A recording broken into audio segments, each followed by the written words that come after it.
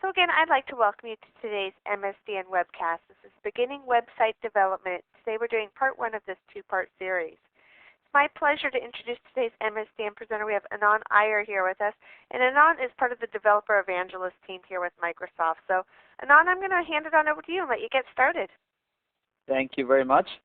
Hello everyone, and I hope you're all doing well.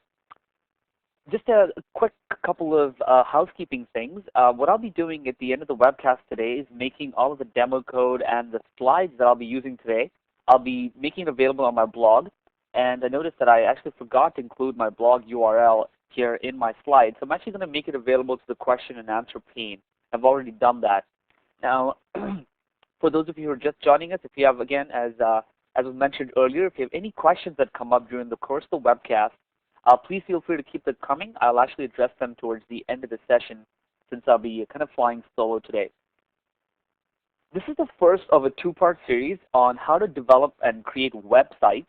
Now, I know a lot of times we tend to do a lot of in-depth webcasts and very focused things, but I decided to take a step back and kind of introduce you to how you get started if you were to create a website using some of our tools today. And I wanted to abstract out a lot of the details. I just wanted to give you a very introductory session on how to create websites using Microsoft's tools. A lot of these things that you'll see here today are free. They're very budget friendly, as I like to put it. So please feel free to download these tools like Visual Web Developer Express and start playing with it because they're free and they're available to you today on MSDN. And I'll also make some of this information available to you as we go along. So here's what we'll be looking at today. I tend to do a lot of 200 and 300 level webcasts. I'd like to rate this webcast at a very 100 to a 200 level. Now, this particular module is really targeted at those who are relatively new to web development, but you have a basic understanding of HTML and you've used web interfaces in some way, shape, or form in the past.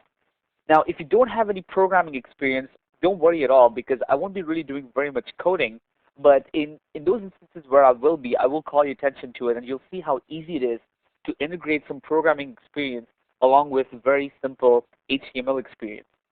The goal of this module really is to acquaint beginner web developers with the fundamentals of building dynamic websites using ASP.NET. Just keep in mind though that it's not really feasible to become a very productive ASP.NET developer with just one or two modules of content. And what I really want to do is I wanted to open your eyes to the potential for dynamic content when you're building websites. Now, even if you have a little bit of ASP.NET web development experience, I'm hoping that your interest will be piqued to explore this platform further once we're done with this particular webcast and the second webcast that I'll be doing exactly a week from now, which is slightly more detail-oriented, but it talks about how you can deal with data in websites. As I mentioned before, the tools that I'll be using here today are all free, and they're all available on MSDN for you to download. And if you have any questions on where you can get these tools, please feel free to get in touch with me using the question and answer pane or send me an email using my blog. So here's the agenda today. The four major topics for this module are kind of outlined here on this slide. Including the basics of creating web applications with our tool, the Visual Web Developer Express Edition, the fundamentals of working with ASP.NET 2.0 and server-side controls, how to debug web applications inside of Visual Web Developer Express, and finally, how you deploy a completed website by copying files to a live server. The goal of this slide here is to show the interaction between a client that's using a web browser and the web server responding with the actual content, and to motivate what will be involved when you're building a website that's on a server. Now here's what really happens when the user of a web browser, the user that's using a web browser types an address into the address bar and hits enter. A request is issued to the server that's identified in the address bar, and that server, which is sitting somewhere across the internet, has got the files, the images, and other data that's stored on its disks, which it sends back in response to the browser request. This response from a web server is typically formatted as HTML, which the browser then renders as the typical web pages people are used to seeing every day. So this is commonplace. These are things that you're probably used to seeing today. But I thought this would give us a nice little premise so that we can now go further and see how you can actually build these websites that will reside on these servers. The environment that you'll be using to create dynamic websites with ASP.NET is called Visual Web Developer Express. Now, this particular tool will set up the initial set of files that are needed to create a website. It's important for you as website designers or developers to really choose the development language when you first create the site, so that it will create the associated code behind and class files in the language that you choose. Keep in mind that the language you choose has really no impact on what you're able to accomplish. It is really a matter of preference. Most often, developers choose a language based on what their colleagues are using to simplify the sharing of code and resources. Now, what I'll be using here today is going to be C# because that's the language that I'm most comfortable with. But if you're a VB.NET developer, or if you haven't ever developed before, you'll notice that that is really not a prerequisite for you to create websites using ASP.NET. In fact, one of the nice things about ASP.NET is that you can actually mix and match languages as well. So you can have one particular page that has a C# code behind and another one that has a VB.NET code behind, and that's completely acceptable as well. But we'll get into the details when we do some demonstrations in a little bit. When you first create a website with Visual Web Developer Express, you're actually going to be presented with a default.aspx page in the source view. Now, if you're used to using design tools in the past, you may feel a little uncomfortable here. So if you see the top part of the screen here, the first graphic, this is what you'll initially get to see. But if you're used to using a designer tool, don't worry about it, because just by clicking on the design tab, you can just as easily switch over into the design-oriented view. The design view gives you a true WYSIWYG, what you see is what you get kind of experience, and should be intuitive for many of you to start with. For those of you that are already comfortable with editing HTML by hand, there is something available called IntelliSense. If you look at the first graphic here that I'm highlighting right now, you'll notice that as I start to type things out in Visual Web Developer Express, it'll give me a drop-down list of options for me to complete what I think I'm going to type. And we'll see this in action just a little bit when I switch over and start doing some demos. This particular feature is called IntelliSense. All right? Now, what we've done is we've reviewed what the initial site creation wizard generates for you, which is going to be the default.aspx, the default.aspx.c# or .vb, and the app data folder. Now, this is what you'll get when you just go ahead and do a file new website using Visual Web Developer Express. The next step will be actually adding additional pages to this website. And that's really what the slide is demonstrating here. The three most common items that you will probably use are going to be ASPX pages, for one, HTML or HTML pages, two, and style sheets. If you're familiar with HTML and CSS or cascading style sheets, what you'll notice is that it is possible to use Visual Web Developer Express to build a static site that's comprised of simply HTML and CSS files. But you have to realize that the real strength of using Visual Web Developer Express is how you can build dynamic websites using ASP.NET Pages. Dynamic websites like Amazon or Microsoft.com or Msdn, these are sites that render content based on specific user inputs. It's not necessarily just a bunch of static text that's residing on the server, but it's actually content that's being rendered back to you as the end user based on some input that you would have given to it. Now, you'll notice in the graphic on the right here, and it's maybe a little hard to see, it's kind of a tiny graphic, but this is the Solution Explorer. The Solution Explorer window shows the physical directory structure for the site, and any changes like adding a folder are just simple changes to the file system of your operating system itself. It's just as simple as adding files or directories directly through the Explorer, and those will be reflected directly in your Solution Explorer. So I've spoken to you quite a bit about what you can do, and I've given you kind of a high-level overview. What I'd like to do now is I'd like to switch over into Visual Web Developer Express, and I'd like to give you kind of a first-hand view of how you can use this tool to create websites. So what I have here is I have Visual Studio opened up, and again, you're more than welcome to go off to Msdn and download our free offering of Visual Studio called Visual Web Developer Express. Very popular tool, very easy to use out of the box, and the best part above it all, it's free. So what I'm going to do is I'm actually going to create a new website, and I'm going to create a very simple ASP.NET website. You'll notice that quite a few templates come up here. And what I'm going to do is I'm actually going to plop this website into my local file system, and I'm simply going to call this guy Demo Web. What you'll notice here is that in my location dropdown, I have a few different places where I can actually plop this particular website. Now, for the sake of this demo, for starters, I'm actually going to create this website on my local file system. So it's going to be extremely trivial, very rudimentary, and I'm not even going to deal with the intricacies of involving a web server like IIS at this point in time, because I'm simply dabbling around and trying to get a feel for how I can create a very simple website. I also have the option of dropping this website into an HTTP location or an FTP location, but I'm not going to worry about that right now. The second drop-down that I want to call your attention to is a language that I'm going to be choosing to create my website. I can use VB.NET, I can use C# or J#. For the sake of this demo, I'm going to be going with C#, but you'll notice that I'm really not going to be writing very much code at all. I'm going to go ahead and hit OK, and you'll notice that in just a few moments, a few different files are going to be created for me here, one of them being the default.aspx page, and you'll notice that in a few moments it's going to show up, and it's actually going to come up by default in a source view. Associated with the default.aspx page in our Solution Explorer, you'll notice that there's a C# file that's kind of the code behind, the C# code behind the actual ASP.NET markup. And you'll notice another item here in our Solution Explorer called the app data folder.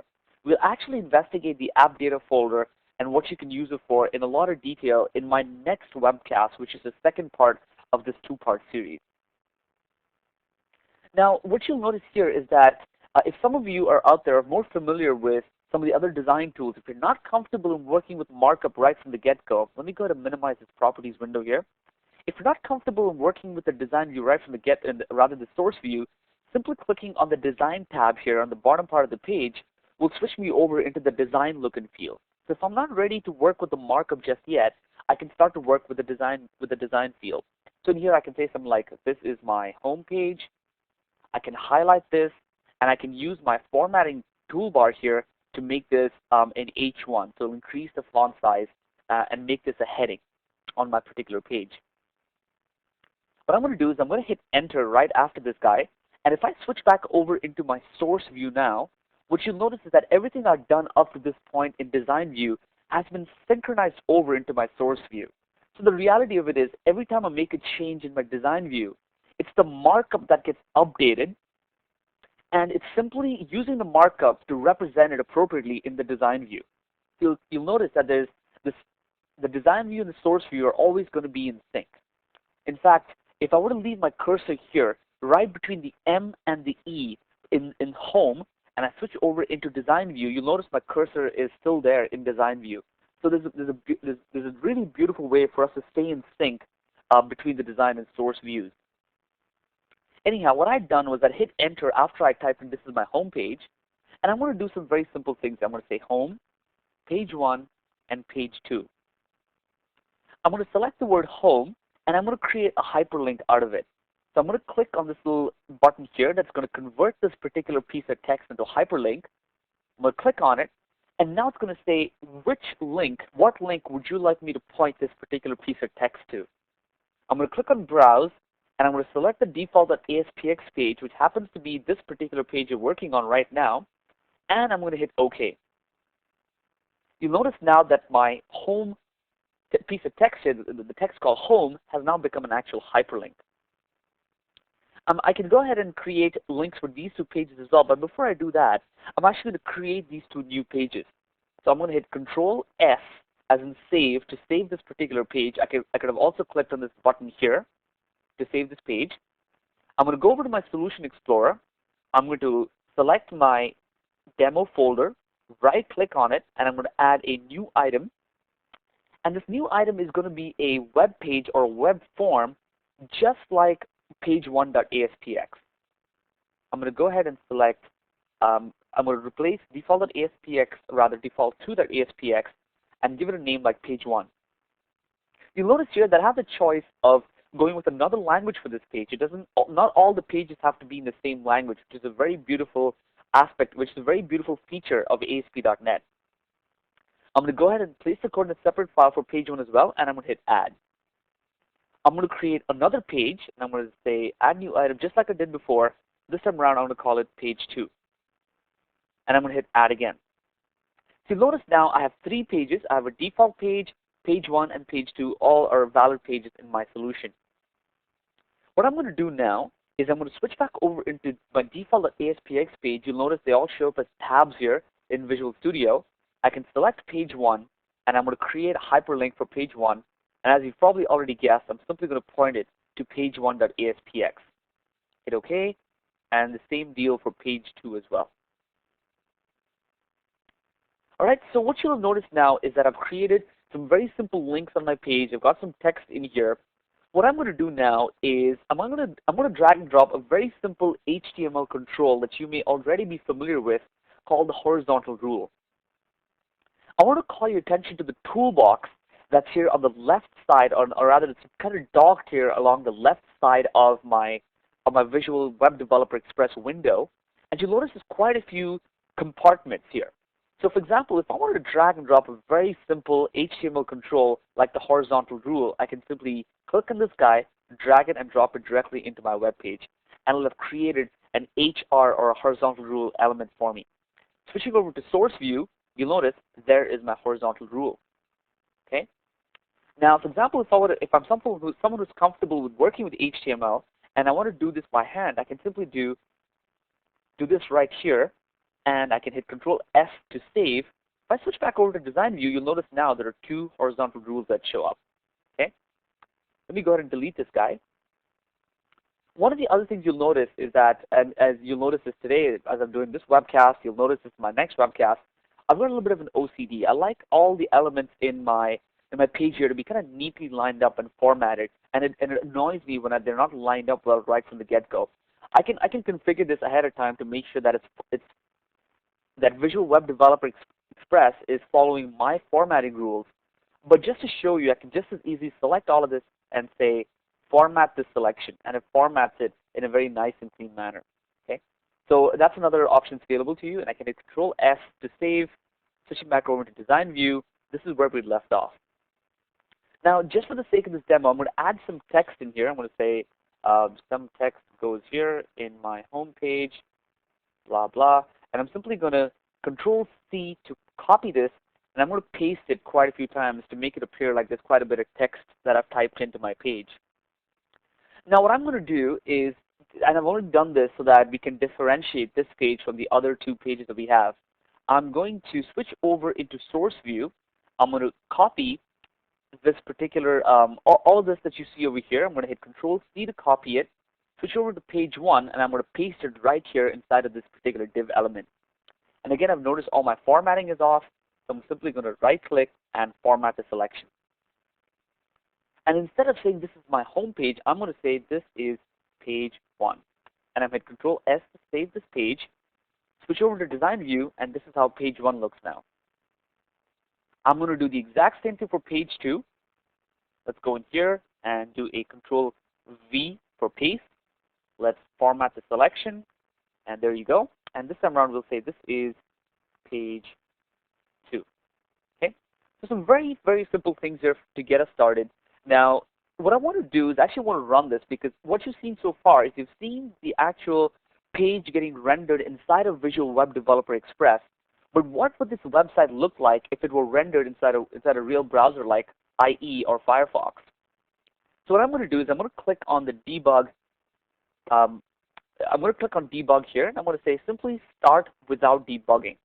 What this is going to do is it's going to launch an instance of Internet Explorer, and it's going to actually render the website inside of Internet Explorer. What you'll also notice is that a balloon popped up in the bottom right corner of my screen here that says the ASP.NET Development Server is running this website for us. Now what we've done to make it convenient for a lot of you out there so that you don't have to start working with IIS right from the get-go, what we've done is we've included a mini web development server into Visual Studio and Visual Web Developer Express.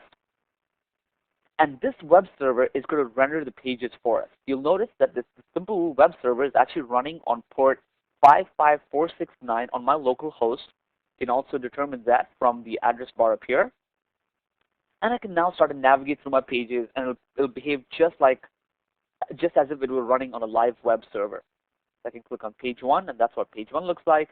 And I can click on page 2, and it looks extremely simple. What I'm going to do is I'm actually going to copy this URL. I'm going to do Control-C, and I'm going to launch this particular website in Firefox. All I want to do is I want to demonstrate that Firefox is a browser that's very popular. It's very common out there today. And when you build a website, you want to be sure that the content that you're building is actually browser agnostic, that it runs on any browser without you having to do very much work. So that's one of the things that I want to demonstrate here is that with ASP.NET, you're not tied down to using just Internet Explorer. Your end users are not tied down to using just Internet Explorer. They can use the browser of their choice. Okay? So they can navigate through links just like you could with IE as well. All right, so having said that, I'm actually going to dive back in and walk you through a few more slides. I notice there's a few questions in queue here. Please keep them coming. I'll actually take questions towards the end of the session today. Now, what you probably saw in the last demo, after the last demo, you should be comfortable with the concept of creating static content in a website. Now, what you'll see is that this slide is kind of a transition between, or rather from static to dynamic, and it provides a point for us to discuss the reasons you might consider creating web pages that render their content dynamically. And examples of such sites are Amazon, eBay, Microsoft.com, and you have to wonder how much of the content there is actually static and how much of it is actually dynamic. And it'll be pretty obvious to you once you log into that site or you actually were to visit these sites. And this is where the true power of ASP.NET comes in. It lets you build web pages that contain a mix of static as well as dynamic content. The core mechanism for generating dynamic content in ASP.NET pages is the server-side control architecture. And it's really key for you to understand this before we proceed so that you can understand how dynamic content can be created using ASP.NET. Now, in the previous demo, you'll have noticed that there was some static content, whatever it is that we'd added onto there. I added some static content. I said blah, blah, blah. Now, what we can do is we can actually wrap that entire static text into something like a label control, which is an ASP.NET control. An ASP.NET server control is typically prefixed with an ASP colon. So you'll notice here in the first sub-bullet, even in source view, when we switch back in a little bit, typical ASP.NET controls are prefixed with ASP colon. That's how we identify that these are server-side controls that do some work on the server side before rendering the content back in vanilla HTML back to the browser, because that's what the browser understands. The beauty of using ASP.NET server-side controls is that they can be modified programmatically. So if there's something that you want to do on the server side to generate and render static content, you can write the code for it, or you can handle it using ASP.NET. Next, what we're going to do is we're going to discuss where and how to modify the content of these server-side controls. Now, before we discuss how to modify this control content, we have to introduce the method in which the control's content will typically be modified. So you see here an event and a piece of code called the page load. Now, the page load is called by the page after requests for the page has come in. And this is the ideal place for you to make changes to dynamic content. And I'll actually demonstrate this to you in a little bit once I switch back into demo mode. So there's actually a sequence of events that happen so that, rather there's a sequence of events that happen so you can figure out where you want to plug in your code for generating dynamic content. The event sequence goes something like this. There's something called a pre-init, there's something called an init, there's an init complete, there's a preload, there's a load, which is what you're looking at right now, there's a load complete, there's a pre-render, there's a render, and then there's an unload. And these are the events. This is the sequence in which these events get triggered. Each of these events that I just spoke to you about can be handled by authoring a method that's named page underscore the event itself. Like, for example, page underscore pre-init. You can actually handle the event. You can actually add some code in there to do something before the request even gets initialized, for example. And that's a lot more detail, but I'll be more than happy to discuss that with you later on. But to keep this at a fairly simple and rudimentary level, it's very important for you to understand that even if you want to generate dynamic content, the page load event is a very important event that you need to consider handling. Now, what you'll notice is that there's an implicit wire mechanism that's built into the ASP.NET parser, and it'll look for a method with this particular name, like page underscore load, and it'll automatically subscribe it to the event exposed in the page class with the exact same name. So finally, let's change the content of a page programmatically. There's a few important things that I want to get across before we move on. Each server-side control can be accessed via the ID attribute of the control in your code. For example, you'll notice here, what I'm going to highlight here in just a little bit, you'll notice there's an ASP:label ASP.NET control, and it has an ID associated with it. This ID is what we're going to use to identify this particular ASP:label control. Okay? Now, controls have collections of properties that can be modified to change their content or their appearance. I haven't really modified the property of this particular label here, but for example, I could say that this particular text box needs to have a background color of black. Okay, these are all properties that we can modify, and I will walk you through some of these things when I switch back into the demo a little bit.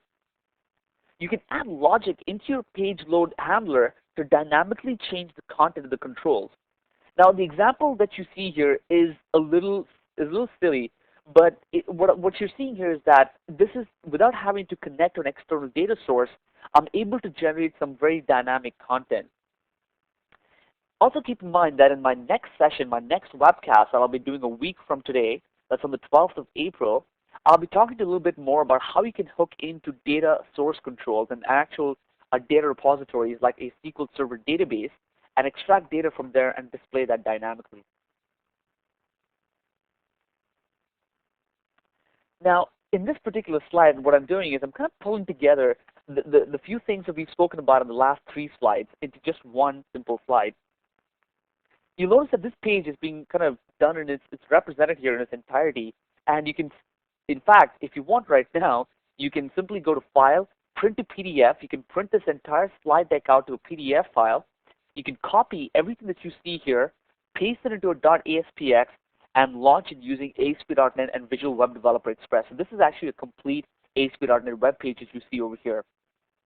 Also keep in mind that I'll make the source code that I'm working with right now, I'll make this available to you on my website as well. So this is the entire site. Let me walk you through this real quick. The page directive here right at the top indicates that this page is going to have some C# code inside of it. Now let's skip the script tag here. Let's skip all of the script bit here. But you'll notice as we move in, there's some very simple HTML controls. There's a title for this page. As we move down, you'll notice that there's an ASP.NET control here called the label control that's called Sonnet label. By default, this label is going to say, shall I compare thee to a summer's day? However, when the page loads up, what it's going to do is it's going to look at the current date and time, and it's going to say, if the hour right now is less than 12, then I'm going to print this particular text here. If it's greater than or equal to 12, I'm going to print this piece of text down here. Okay? So some extremely trivial things here, but hopefully you get a feel for how to work with dynamic content. Now, with this slide, I wanted to introduce some of the core set of server-side controls that are available and what they render to the client. Keep in mind that the purpose of these controls is to provide server-side access to modifying the content or the appearance of the elements on the page. Now, I want you to contrast this with static HTML, which you need to modify by hand. If you wanted to get a feel for what all these controls are, they're available to you in the toolbox in your Visual Web Developer Express. So having said that, let's actually dive in and do another set of demos now so you can kind of put together everything we've seen thus far. I'm actually going to switch back over into my Visual Studio environment.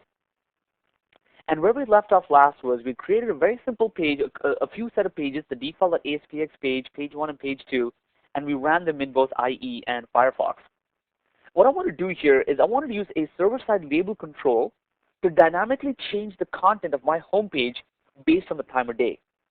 The goal of this demo is to show a very simple dynamic control to convey to you the concept of dynamic content in a page. So let's go over into my page1.aspx, and what I'm going to do here is I'm going to drag and drop a standard ASP.NET control called label control. I'm going to plop it right in there. I'm going to hit, there's two ways I can access the properties for this label control. I can right click and go to this list of properties. Alternately, as I've kept my control selected, I can also hit F4 to bring up the list of properties. What you notice is that by default, the label comes up and says the text inside of this label is going to be called label, which is really not very cool. It's actually kind of silly. So what we're going to do is we're going to get rid of this, and we're going to say something like, welcome to this webcast. And if I hit Control F to save now, you'll notice that is the default text for my particular page. But what you'll notice is that through the course of this demonstration, you'll never actually get to see this particular piece of text rendered, and you'll see why in just a little bit. Because what I'm going to do is I'm actually going to override. I'm going to write some code into my page load event that's going to override this piece of text with something I'm going to be providing using some C# code. And I can get to this code by simply double-clicking anywhere on my design surface. So as I'm here in my design surface, I'm simply going to double-click my left mouse button, and that's going to take me to the code behind this file. So if I switch into my Solution Explorer now, you'll notice page1.aspx.c# has been highlighted. So in my page load event, I'm going to do something very simple. I'm going to say if date time dot, and you'll notice this is where IntelliSense kicks in. It helps me complete what I want to type, and also gives me the list of possible options, so I don't really go wrong. I have this list of options to choose from as I start to type things in. So datetime.now.hour is less than 12. I can say label 1, which is a label I just dragged and dropped into page1.aspx, which is this guy right here. I'm going to say label 1's text property is going to be equal to good morning. However, if the date, if the hour is greater than or equal to 12, I'm going to say label1.text is equal to good evening. I know this is a very silly demo, but hopefully you get a feel for how you can modify the contents of a particular ASP.NET server-side control. I'm going to hit Control F to save. And what I'm going to do now is I'm going to hit Control F5, which I can alternately do by clicking on the debug menu option here and say start without debugging. And what this is going to do is it's going to bring up page1.aspx for me. Let me go ahead and refresh this page. And you'll notice it's going to say good evening because I'm in California and the time here currently is 12:34 p.m. And if you remember from the code that we typed in, if the hour is greater than or equal to 12, we're going to print good evening. Let's test this out real quick. What I'm going to do is I'm going to modify the time on my machine. Okay, so I'm going to click here on my clock, and you'll notice if you're still using XP or prior versions of Windows, or if you're using prior versions of Windows, this interface is a little different for me to change the date and time. So let me go ahead and change the time, and user access control is going to kick in.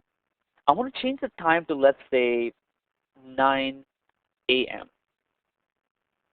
and hit OK. OK again. You'll notice the clock has now changed. If you were to look at the bottom right corner. Now, if I refresh page1.aspx, I want you to observe what happens to this text here that says good evening right now. It switches and says good morning. Okay? So that was an example of how you can render content based on some attributes like the time, for example. Okay? Before I forget, I'm going to switch the time back. Otherwise, I'm going to probably forget about some appointments that I have later today. It's currently 12:35 p.m. All right. All right. Now, what I'd like to do is I'd like to switch back in and walk you through a few more things using my slides before I dive back in and do some demos. All right. Now, we've looked at some of the server-side controls, and we've presented how to modify the content and appearance of these server-side controls programmatically. But you're probably wondering how we might respond to something like user interaction. For example, if someone were to click on a button, click on a link, use a drop-down box, or use a list box, use a checkbox. How do we react to events like these? Now, how you'll deal with these are by using something called server-side events. These are events that fire in response to the user posting the page back to the server, which is issuing another request to the same page. The button control should be easy for most of you out there to relate to. Now let's take the button control as the example. If you were to click on the button, this is typically what would happen. The user would click on the button. This would generate another request to the same page on the server. A method that you write in the page is going to be invoked. That's the second step, which is going to give you the opportunity to modify the content of these server-side controls. And third, the modified page with the new content is going to be represented back to the user. So hopefully that is clear. You can achieve the same type of interaction with other controls like a hyperlink or a link button as we call it in ASP.NET speak, a drop-down list, a list, or a checkbox. And each of these can be configured to generate a postback by setting their auto postback property to true. And we'll look at this in a little bit more detail in a little bit. Now the second piece of this picture of the server-side events is the actual handler itself. And in this slide, I wanted to show you how the click event of a button control is being wired up to a method called a myButton_click that you see right over here. What you'll notice is that in the ASP button control, there's actually a new property that's been added called the onClick. And it says that the onClick, whenever this button gets clicked, we should invoke, or rather we should call a piece of code called myButton_click. So the control is then redirected to this piece of code over here that then does something like sets the text property for a label to something new. Keep in mind that this is, and I'm showing you the source view for all of this. Keep in mind that this can just as easily be done using design view. You don't have to do this in source view. In fact, I'll be doing this in design view as well. Now, there's a few things here about the code behind, and I haven't really touched this in too much detail just yet, but very briefly, what you'll notice in this slide here is that right at the top, I'd say that this particular page is going to be coded in C#. It has a code behind file associated with it called codebehindsample.aspx.c#. And that is where all my C# code is going to reside. There's in some of the previous slides, you'll notice that I had the option of inlining some of this code. The code can get embedded directly into my ASPX page using the script tag. I prefer to go with the code behind route because I think it's extremely clean, extensible, and modular, but it's completely up to you as to how you want to deal with it, okay? So, but once you start using it, you'll start to, it'll be very intuitive and it'll come to you very naturally. But as you start working with it, I recommend to you that you start working with code behind more so than code inline. So let's dive in now and let's do some more demos. And in this case, what we're going to do is we're actually going to be looking at some events and how we can deal with the code behind files. And we'll actually respond to some user interaction. So I'm going to dive back in now. And let's go back into Visual Studio, Visual Web Developer Express, and start modifying the same website that we had been dealing with up to this point. Now this demonstration is going to walk you through how to add a button to a form and how you can implement a server-side handler for its click event. What we're going to do is, let's start with that. Actually, we won't deal with the code behind or the code inline too much. I'm only going to be dealing with the code behind for this particular site. We'll start with that, and time permitting, I'll show you how to do it inline as well. I'm going to go ahead and open up page2.aspx, and right after, let's do all of this in design view. Right over here, I'm going to drag and drop, or rather, let me just start typing. I'll say, enter your name, and I'm going to drag and drop a text box right after this piece of text over here.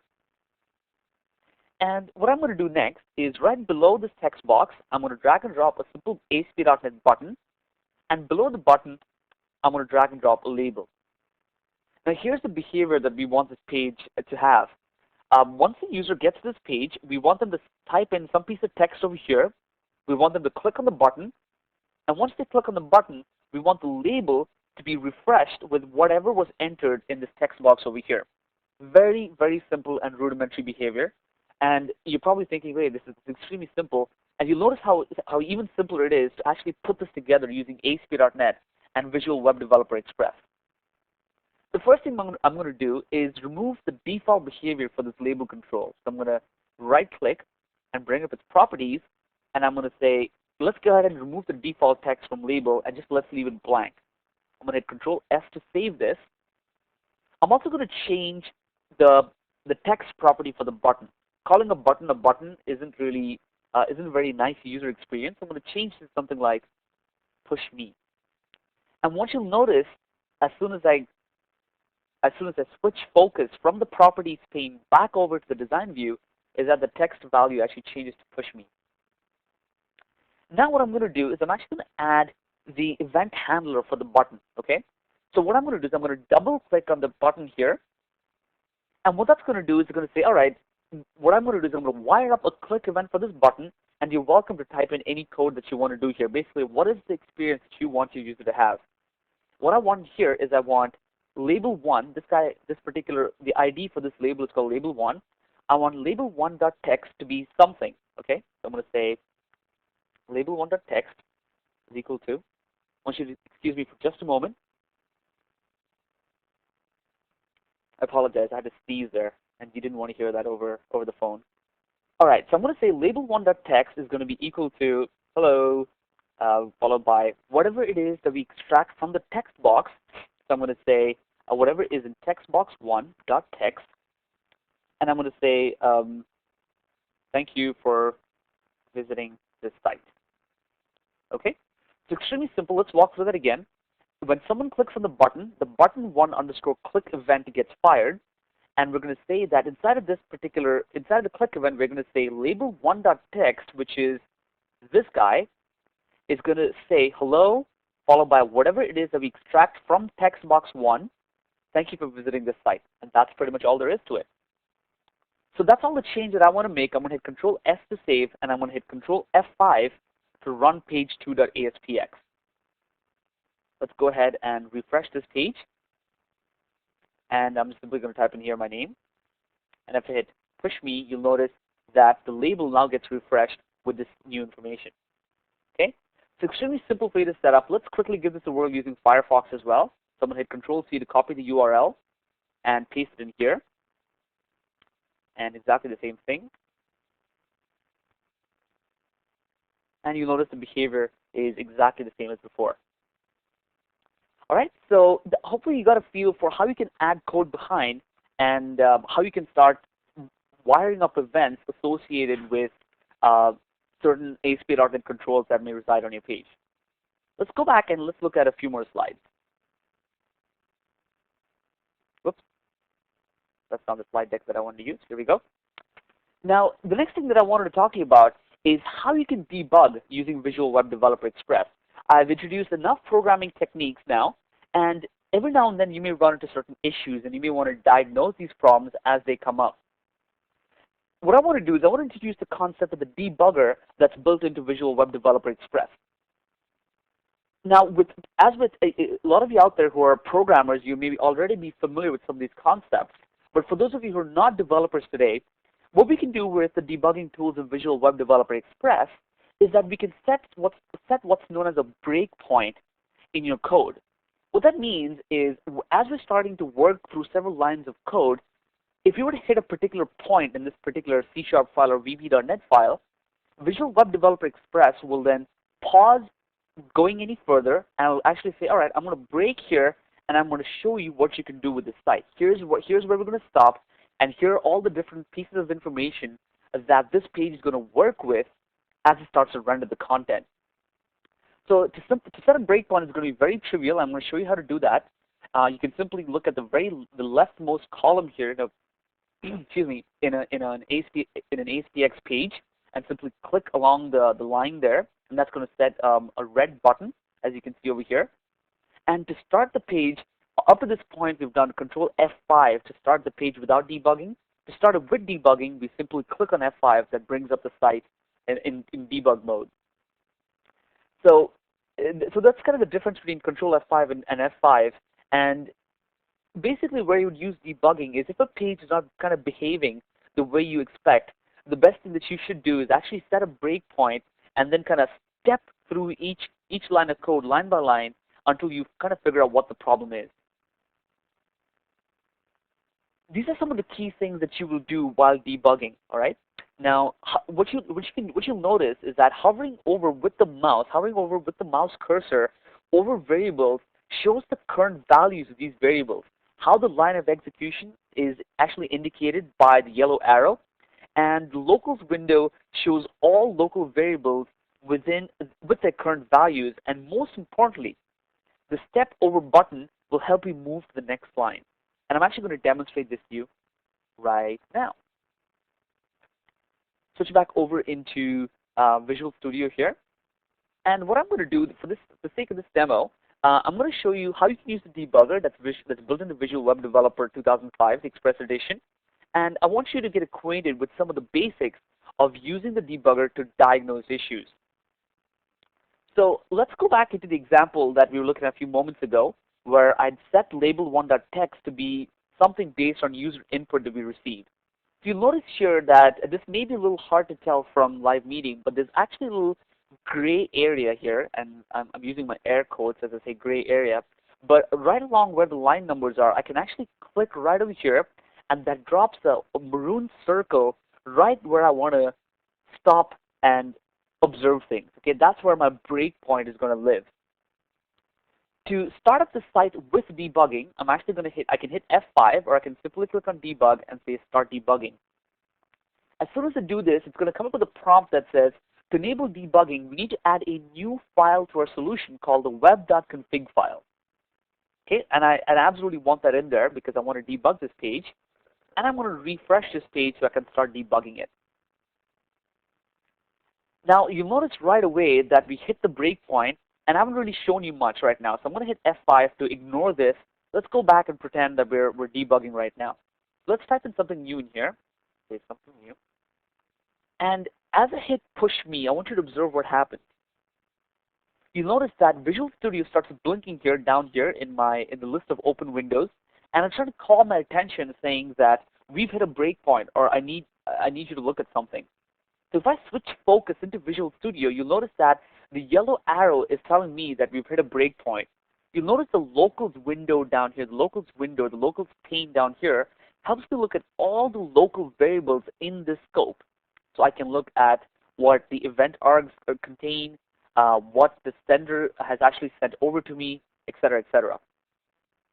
One of the other really nice things that I really like about the debugging tools in Visual Studio and VWDE is how I can simply hover over a variable. So as I hover over a variable, you'll notice this little area comes up right below it, and I can get more details right then and there. So a little window shows up, and it gives me all the details about that variable. So I can hover over label1.txt, and as you can imagine, label1.txt contains the text string that we had set in there previously in the previous post. It says hello with my name, and it says thank you for visiting this site. However, if you were to hover over text box 1 and we look at this guy's text property, you'll notice it says something new. Some of the other really nice things I like about this particular visualizer is how I can click on this little magnifying glass and I can look at it in an XML view, and I have a little schema issue there, so we can ignore that. But we can also look at it in HTML view. So that's how that would look in HTML. So there's a few different ways to visualize it, but these are some really, really powerful debugging tools to help you diagnose issues and consequently fix them. Now, what you'll notice is that if I were to switch back over into IE, you'll notice that the green progress bar down here says that the page is stalled. It's not moving because we're not receiving anything back from the web server. If you were to also observe the IE7 tab up here, the spinny continues to spin because it hasn't really received anything back from the server. It's still waiting. And the reason being that we're currently stopped. We're waiting for a response to come back from the web server. What I'd like to do is I'd like to step over this line and continue with the current control flow. To do that, I can simply hit F10, or I can click on this button here that says step over. So if I step over it, you'll notice that the yellow cursor now points to the closed curly bracket. I can step over this guy as well, and guess what? We're done now. We're done debugging, and the page should have actually rendered hello something new. The spinny is no longer there. The green progress bar is gone. We've just debugged this particular guy. Okay, so that was a very basic introduction to how you can debug your site. What I'd like to do now is talk a little bit about deployment. So let's switch back over, and I want to show you a slide on deployment.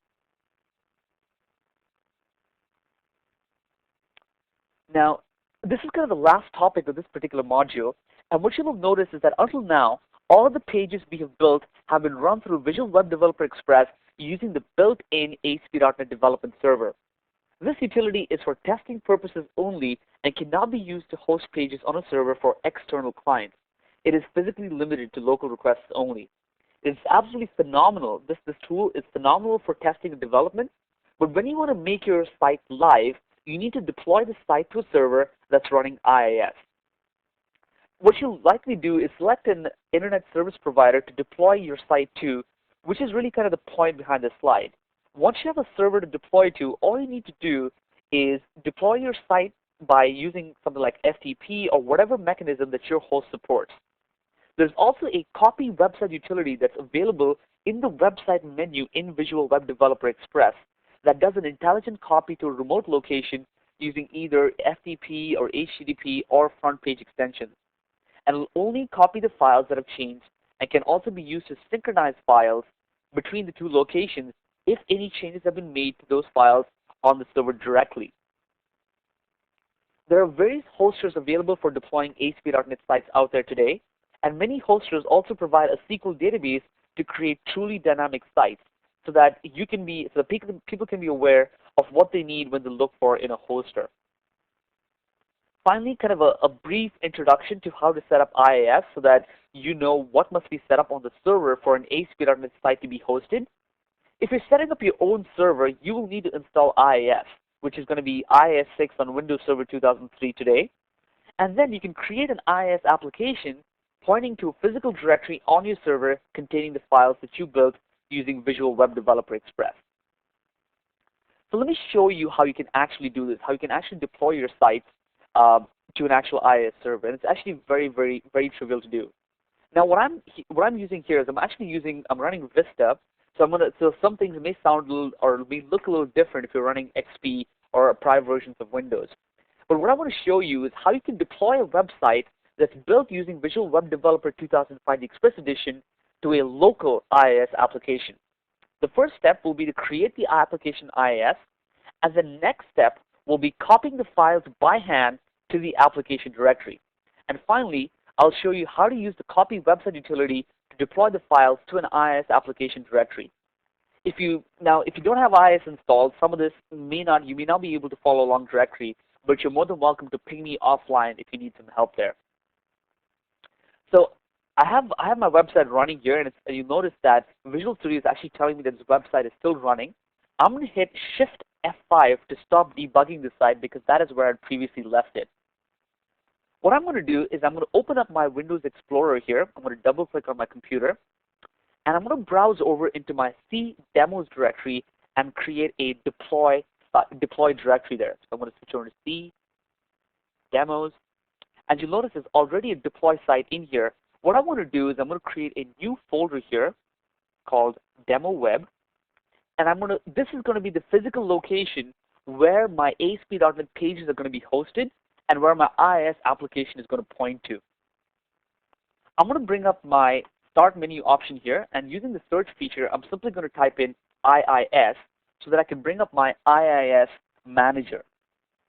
So I'm going to click on this particular link here, which is my IIS manager. It helps me configure and create and configure IIS or websites.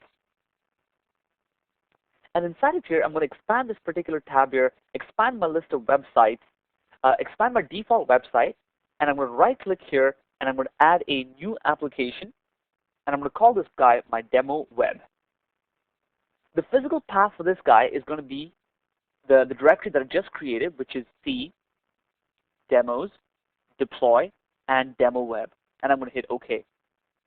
And that is really all there is to it at this point. Now what I'm going to do is I'm actually going to go over into Visual Web Developer Express, and I'm going to copy these files over using the copy website utility that's available in Visual Studio. So I'm simply going to go over here into my website, and I'm going to say copy website, and I'm going to select all these files here. First, before I select all my files, let me go ahead and connect to my local file system. So I'm going to say connect. And I have the option here of going to a remote site, but for the sake of this demo, I'm working everything off of my local file system. So the directory where I want to plop these files into is C demos deploy demo web. And I'm going to hit open. Now I'm connected to that particular site in this particular case. I'm going to select all my files here by hitting Control A, and I'm going to click on the arrow so that it copies it over into my target location. So now that I've done this, I can simply, up to this point, you'll have noticed that I keep working off of a particular port, like 55469. But I don't have to do that anymore because I've now created a live IIS application that does exactly the same thing. So I can get rid of this here, my port number, and let's go over into localhost/demo web. And what this should do, by default, it'll bring up my default.aspx page, and you'll notice that I can navigate through it just like I did in the past. I can type in something here and click on the button, and it'll behave exactly like it did in the past. I can even test this using Firefox. So if I were to go over into localhost/demo web, it behaves just like it did in the previous example, except that it's not running in 55469. In fact, to show you there's no smoke and mirrors, let me go ahead and stop this web server altogether. And you'll notice that things continue to work just fine because I'm working with IIS right now. Okay? All right, so let me switch back over and quickly wind down. And let me do this. But I want you to stay tuned because there's a few more very important things that I want to cover with you. So please don't leave just yet. Let me sum up, and then I'm going to turn it back over in fact, I'm going to turn it back over to Janet, who's going to walk us through a few more things before we wind down here. But to sum up real quick, hopefully you got a feel for how you can create sites using Visual Web Developer Express, what ASP.NET server-side controls are, and how you can modify their content dynamically, and how you can respond to events and deal with them from within your website. And hopefully you also got a feel for how you can use the debugger in Visual Studio and how you can deploy websites very easy to IIS. So having said that, I'm now going to turn it over to Janet, who's going to walk us through some very important things. So please don't leave us just yet. And while she's walking through some of the things here, I'm going to look at some of the questions that you have for us in the queue. Excellent. Well, thanks, Anand. And I'm just going to remind everybody, if you have questions, right now is the time to get them into the queue. Just hit that Ask button in that lower right-hand corner, and Anand's going to get to your questions in just a moment here. If you haven't done so already and you'd like to, you can print a PDF of these sites. Just go into that File menu in your upper navigation bar, and you'll be able to do a print PDF. So nice to have all of these resources that were on these sites as well. So we do record these webcasts, and if you'd like to see any of our previously recorded webcasts, as well as anything that's coming up, everything is posted right there at microsoft.com/webcast. If you have content ideas, anything you want to see us do differently, we love hearing from our audience. And there is yet another URL there where you can contact us. And then lastly, I'd like to let you know that today's webcast was presented using the Microsoft Office Live Meeting technology. There is a free 14-day trial, and all you have to do is go to microsoft.com/presentlive to be able to get that. Now, as always, we have a survey coming up here. I want to point out that for filling out our survey, you're going to be automatically entered into a drawing to win this great little Zoom digital media player. So it's a little bit of an incentive, but really your feedback is very valuable to us. So if you could just take a moment, fill out that survey before you log out, we do appreciate that. And you should all be seeing that survey now in your slide area. So if you take a moment, hit that little registered online area, and that'll take you right into our survey. And with that, Anand, any questions you want to go through? I'm actually going to take all the questions through the question manager. In fact, there's one of them that I haven't had a chance to get through just yet, but there's one question that I want to address over the phone, and that's Bill Walter's question. Bill's question is, when should someone consider starting a site that's generated with Microsoft Expression Web or Microsoft SharePoint rather than starting with a Visual Studio project? That's a really, really good question. Now, keep in mind that the Expression Web product is geared for those who are mostly designers and not so much developers. Now, everything that I've done here today, absolutely any site that you create using Visual Web Developer Express can be opened in Microsoft Expression and vice versa. So think about it this way. Let's say you've created a nice little website, but you want to spruce it up with some nice design, things that you cannot necessarily do with Visual Studio today because it's very focused on creating dynamic content for websites. That's when you would use Microsoft Expression. Now, as far as Microsoft SharePoint goes, that's a completely different, actually, it's not a completely different beast. It's a different beast. But what I would say is, if you want to design a website, if you want to create a very simple website that's got fairly static content with some amount of code behind, start with Microsoft Expression. If there's a lot more code behind, then I would patch that gap by using Visual Web Developer Express. So Bill, I hope that answers your question. If you have any more, please feel free to ping me again. In fact, there's one other question here that I want to answer. Conrad's question is, can 1.1 and 2.0 run side by side? Are there any settings or changes that need to be made? So, Conrad, the answer is yes. Both 1.1 and 2.0 ASP.NET sites can be run side by side. When you go ahead and you try to deploy a site, please make sure you actually set the particular site's ASP.NET version to the appropriate version number, and that's pretty much all there is to it. Okay. Rob's got a question here, and the question is, for a public site, how would membership in Visual Studio 2005 help me? So Rob, that's a really good question. You're talking about the membership provider and the membership controls in Visual Studio and ASP.NET 2.0. Now, the membership provider is a very extensible model. So there are things that you can use out of the box that are fairly rudimentary that may not apply or may not be appealing to a public-facing website, but the provider model is so extensible that you can actually configure it to point to a completely different set of credentials that are stored elsewhere, or so on and so forth. So it's extremely configurable. So that's how I would start looking at the membership provider, and that's how I would go there. There's also another webcast. I can probably give you a lot more information on how you can deal with those, or rather how you can deal with the providers. So if you'd like, you're welcome to ping me offline. I can give you a pointer to that particular webcast. So, Jana, looks like there's a few more questions here in the queue, and I'm actually going to take them offline. I'm actually going to be responding to them one-on-one through the question manager pane here. Excellent. So we can actually wind the session down. Okay, well, no problem. So if anyone has any additional questions, feel free to still put them in there, and Anand will answer them via that Q&A text window there, so you can look for your answers to your questions down there in that below in that pane.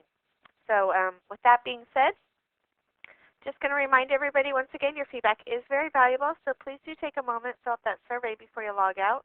We do appreciate that. We do pass along your comments to our presenters as well, so Anand appreciates that information and feedback as well. And with that, I'm just going to extend a special thanks to Anand for today's presentation. So thank you so much, Anand. And we hope to see everybody back for part 2. That's next week. And that concludes today's MSDN Live meeting. So thank you, everybody, for joining us. And our